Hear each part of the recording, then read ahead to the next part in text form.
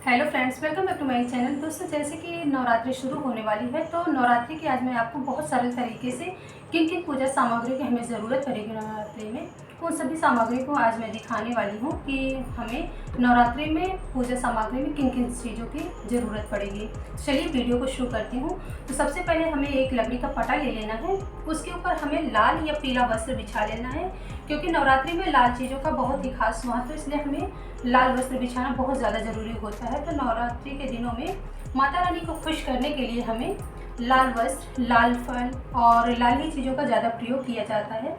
तो चलिए वीडियो को शुरू करती हूँ। तो हमें ले लेना है कलश। कलश के बारे में चलिए आपको बता देती हूँ। तो एक आपको मिट्टी का चाहे आप कलश ले सकते हैं, चाहे आप तो तांबे का ले सकते हैं, चाहे आप पीतल का ले सकते हैं। सभी अपने अपने जगह पे सब फ़ायदेमंद होते हैं। और जब आप मिट्टी का कलश लेंगे तो मिट्टी के कलश में आपको थोड़ा थोड़ा पानी करके डालना पड़ता है, क्योंकि मिट्टी उसमें जो जल भरा रहता है वो सूखने लगता है। इसलिए आपको मिट्टी का भी कलश बहुत ज़रूरी होता है। चाहे आप मिट्टी का कलश ले लीजिए, आपके पास है तो, मिट्टी का नहीं है तो आपको तांबे पीतल जो भी हैं आप ले सकते हैं। तो कलश के लिए आपको पंचपल्लव ले लेने हैं, जो कि सूखे नहीं जलते, इसलिए आपको पंचपल्लव के साथ ही रखना है। उसके बाद फिर आपको माता रानी की एक तस्वीर ले लेनी है, फ़ोटो, जिसमें माता रानी के 9 रूप बने हों। और आपको एक जटा वाला नारियल ले लेना है कलश की स्थापना करने के लिए। और कलश में लगाने के लिए आपको एक लाल चुनरी ले लेना है। बहुत ही सरल तरीके से मैं आपको पूजा करना दिखा रही हूँ। उसके बाद फिर आपको माता रानी को उठाने के लिए आपको चुनरी ले लेना है। आपको गणेश जी की पूजा के लिए आपको गणेश जी को ले लेना है, क्योंकि सबसे प्रथम पूज्य गणेश जी होते हैं, तो उनको स्थापना करने के लिए आपको ले लेना है। फिर आपको माता रानी को सिंदूर लगाने के लिए आपको सिंदूर ले लेना है। आपको वस्त्र स्वरूप कलावा ले लेना है चढ़ाने के लिए माता रानी को। और आपको हल्दी, अक्षत, कौड़ियाँ और आपको कुमकुम ले लेना है टीका चंदन करने के लिए। उसके बाद आपको दिया जलाने के लिए ले लेना है प्रज्वलित करने के लिए। और भोग के लिए आपको पंचमेवा ले लेना। अगर आपके पास है पंचमेवा ले सकते हैं, आपके पास मिठाइयाँ तो आप मिठाई भी ले सकते हैं, और आपके पास फल है तो आप फल भी ले सकते हैं, रख सकते हैं कुछ भी। लेकिन इसमें बतासे और लौंग के बहुत ज़्यादा महत्व होते हैं। लौंग बतासे चढ़ाना आपको माता रानी के लिए बहुत ज़रूरी है।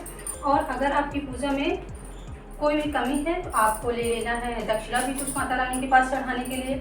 और आपके पास बुक है तो आप माता रानी की 9 दुर्गा सप्तशती की बुक ले लेना है, आपको पूजा में रख लेना है। उसके बाद आपको फूल पान रख लेना है। कलश की स्थापना करने के लिए आपको चावल ले लेना। अष्टदल कमल बनाने के लिए भी आपको चावल ले लेना है, और आपको कलश के ऊपर रखने के लिए भी आपको चावल ले लेना है। उसके बाद एक दिया आरती के लिए आपको और ले लेना है। कलश में भरने के लिए आपको जल ले लेना है कंठ तक, क्योंकि जल भरा जाता है, इसलिए आपको जल भरने के लिए ले लेना है। आपके पास माला है तो माता रानी को चढ़ाने के लिए आपको एक माला ले लेना है। अगर आपके पास रोज़ाना फूल की मिल सके तो आप फूल का भी ले सकते हैं आप रोज़ चढ़ाने के लिए। और माचिस रख लेना है पूजा में आपको।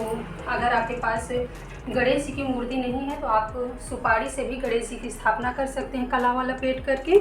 उसके बाद आपको गरुड़ देव को ले लेना है, यानी कि घंटी जिसमें गरुड़ देव निवास करते हैं, उसको रख लेना है आपको हवन सामग्री ले लेना, क्योंकि पूजा पाठ में सबसे बाद में हवन की जाती है। हवन का भी अपना एक खास महत्व होता है, तो माता रानी का नाम लेते हुए आपको हवन कर लेना है।